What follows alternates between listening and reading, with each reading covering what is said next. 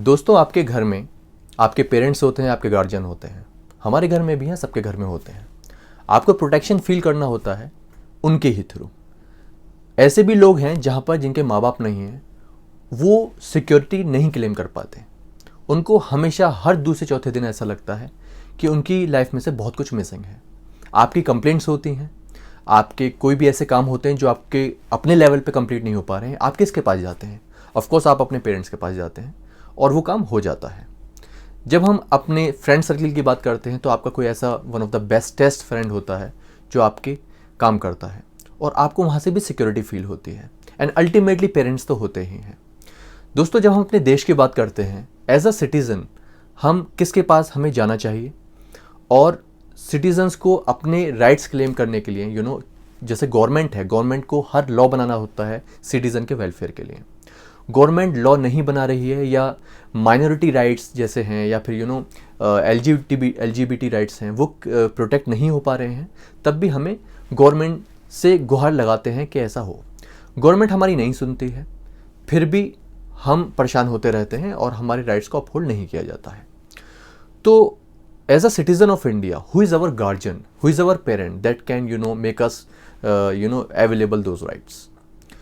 तो these are the Supreme Court and the High Courts of the country, which act as a guardian and parent for the citizen. तो दोस्तों, आज हम बात करने वाले हैं आर्टिकल 32 और 226 की। आर्टिकल 32 को heart and soul of constitution भी कहा जाता है और it is one of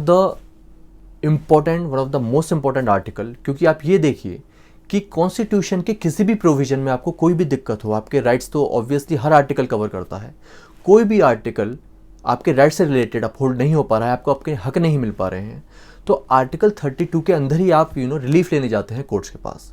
high courts के पास आप 226 में जाते हैं, सुप्रीम कोर्ट के पास आप आर्टिकल 32 में जाते हैं।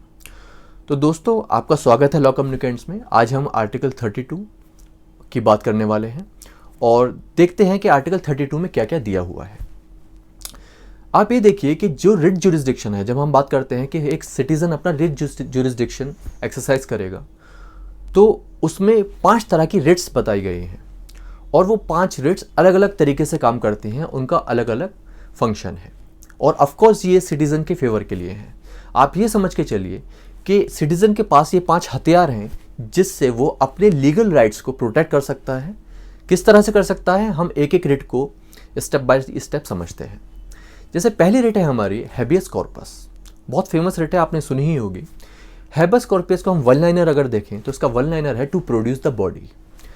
अब एग्जाम्पल से समझ लेते हैं कि हैबियस कॉर्पस काम कैसे करती है।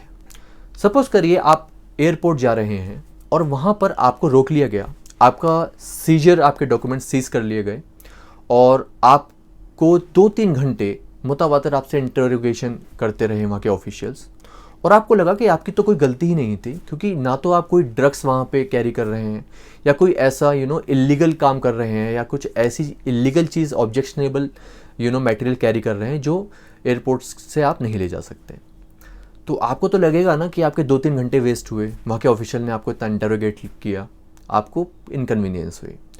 तो आप क्या करेंगे, आप हैबियस कॉर्पस की रिट सुप्रीम कोर्ट में डालेंगे, वो पिटिशन डालेंगे, तो सुप्रीम कोर्ट ये ऑर्डर करेगा उस अथॉरिटी को कि you have to release the person, you have to produce the person within 24 hours before the court.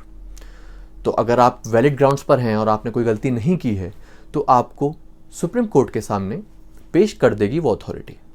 That can be any authority, whether it is airport authority या government की कोई भी authority हो सकती है या प्राइवेट अथॉरिटी भी हो सकती है जिसके खिलाफ आप रिट जुरिस्डिक्शन का यूज़ कर सकते हैं। तो ये तो बात हुई हैबियस कॉर्पस की। अब सेकंड रेट हमारी आती है मैंडेमस। मैंडेमस का मतलब होता है to do a public duty. आप ये सोचिए, मान लिया हम अपना ऑफिस छोड़कर कहीं जा रहे हैं, रास्ते में आपको लगता है कि 10 साल हो गए, आपके घर की बाहर की रोड, जो पब्लिक रोड है, वो बना ही नहीं है, गवर्नमेंट ने अपना काम ही नहीं किया है, तो आप रिट मैंडेमस की रिट यूज़ कर सकते हैं और कोर्ट ये ऑर्डर देगा वहाँ की लोकल अथॉरिटी को, जो गवर्नमेंट का विंग होगा, जैसे म्यूनसिपालिटी होती है, कि आप पब्लिक ड्यूटी कीजिए और पब्लिक ड्यूटी करते हुए ध्यान रखिए कि जो रिट जुरिस्डिक्शन एक सिटीज़न यूज़ कर रहा है कि उसको रिलीफ मिले, क्योंकि इस मैंडेमस जो रिट है इसमें ये ज़रूरी है कि जिसका रिलीफ आपने लेने जा रहे हैं कोर्ट से, जो भी रिट आप यूज़ कर रहे हैं, आप मैंडेमस आप यूज़ कर रहे हैं, तो आप पब्लिक ड्यूटी के लिए जा रहे हैं, तो आपको ये पता होना चाहिए कि ये गवर्नमेंट की पब्लिक ड्यूटी है जो गवर्नमेंट नहीं कर रही है। तो आप सुप्रीम कोर्ट से रिट जुरिस्डिक्शन में रिलीफ लेंगे और सुप्रीम कोर्ट ऑर्डर देगा उस लोकल अथॉरिटी को, और उस लोकल अथॉरिटी को वो ड्यूटी करनी पड़ेगी, तो अल्टीमेटली आपको रिलीफ मिल जाएगा।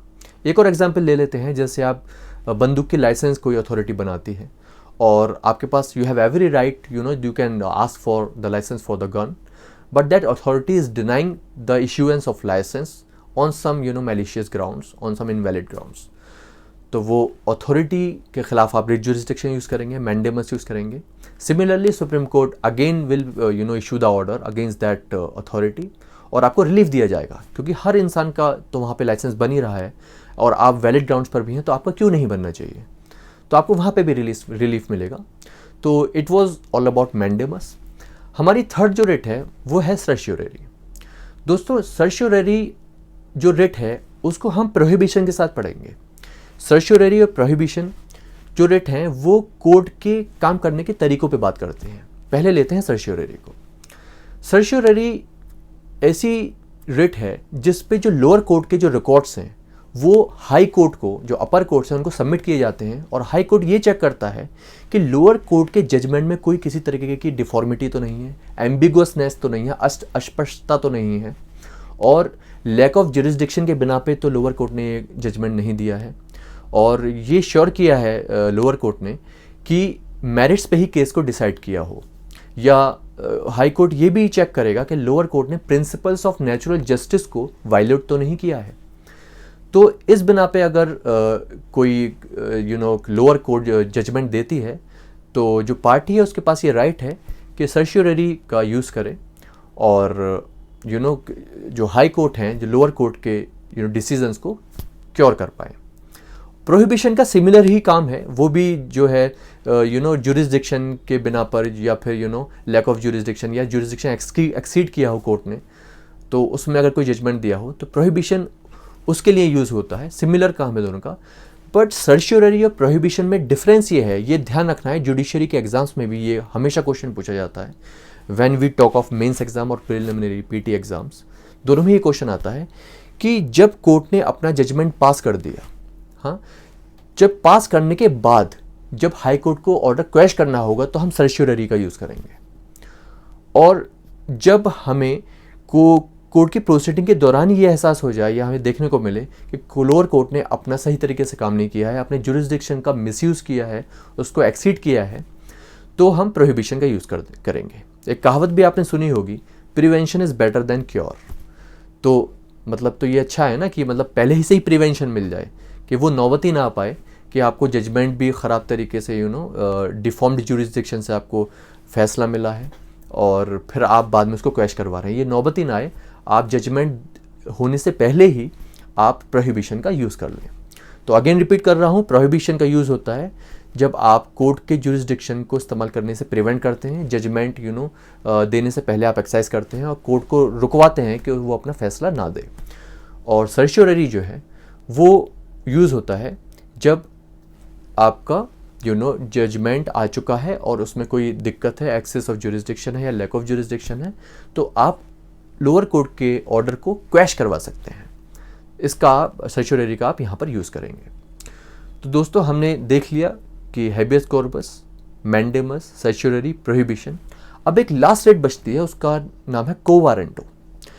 को वारंटो का मतलब है कि सपोज कीजिए कि मैं कहीं जॉब कर रहा हूँ और ऑब्वियसली जब मेरी जॉब लगी होगी तो मैंने सर्टेन एलिजिबिलिटी फुलफिल की होगी, तभी मेरी जॉब लगी, पर मैंने कुछ इस तरह से जॉब एक्वायर की है, जॉब ली कि मैंने मिसयूज़ किया और मैंने हाइड किया अथॉरिटी से कि मैं एलिजिबल तो हूँ पर मैं गलत तरीके से एलिजिबल हूँ। या तो एक एग्जाम्पल से समझ लेते हैं कि आपने उस जॉब के लिए एक गलत कास्ट सर्टिफिकेट बनवाया हुआ है, जिस कास्ट से आप बिलोंग ही नहीं करते, आपने वो बनवाया हुआ है और उसका रिलीफ आपने जॉब लेने में किया होता है। तो आपके खिलाफ ये रिट यूज़ हो सकती है कि by what authority you have taken this job, you don't have any right to hold this office because being a citizen of India, the writ jurisdiction, that is quo warranto, also applies on you. तो you have to abandon your public office और आपको वो office छोड़ना पड़ेगा और ये authorities या individual भी आपके अगेंस्ट ये पूछ सकती है कि आपने ये ऑफिस होल्ड कैसे कर रखा है। You have to give the valid reasons for that matter. तो दोस्तों ये 5 रिट थी और रिट जुरिस्डिक्शन यही था जो हमने बात करी है आज। इस वीडियो को रिपीट करके देखिए और ये 5 रिट्स को बिल्कुल टिप्स पे कर लीजिए, क्योंकि the article 32 as I said is one of the most important article. This is heart and soul of the constitution. इसके ही थ्रू हम अपने एक्सरसाइज को अपने राइट्स को एक्सरसाइज कर सकते हैं और रिलीफ ले सकते हैं कोर्ट से। When it comes to judicial exams, it is very very important, exclusively important and exceptionally important. इस वीडियो को बार बार देखिए, रिपीट करके देखिए और अपने कॉन्सेप्ट को क्लियर करिए। हमारी वीडियो को लाइक, शेयर एंड सब्सक्राइब करना ना भूलें। आगे जो हम आर्टिकल कवर करने वाले हैं दैट इज़ आर्टिकल 33 एंड 34। धन्यवाद।